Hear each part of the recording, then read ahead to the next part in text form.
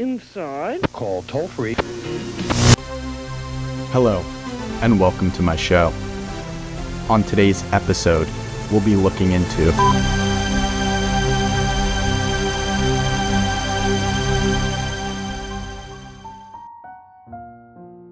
I always imagine inspiration as light. It doesn't always show up the same way. Sometimes, it's like a spotlight beaming down from above. Other times, it's like a reflection off the surface of rippling water. Regardless of how it appears, though, it always comes with a feeling of illumination, a sense of understanding. What we call light is a very narrow portion of the entire electromagnetic spectrum to which the eye is sensitive. The violet through the blue, the green, the yellow, orange, and on to the red. When light changes speed, it bends. This is known as refraction and occurs when light passes from one optical density through another. Different wavelengths of light are bent in different degrees.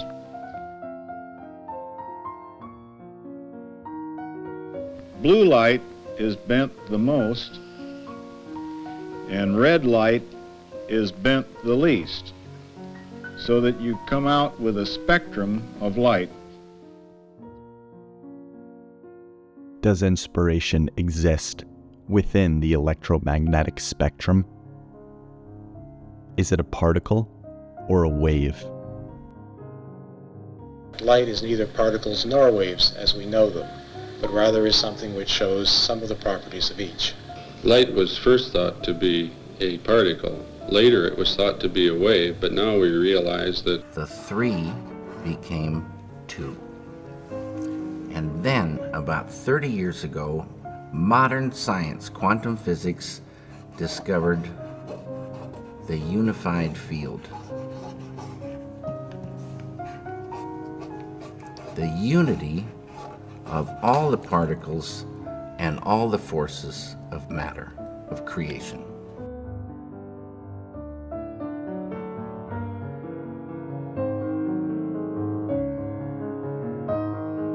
Everything that is a thing emerges from this field of no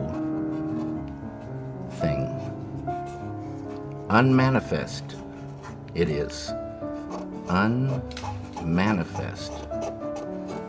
It is no hyphen thing, but all things come from it. Anything that is a thing has emerged from this field of unity. It's oneness.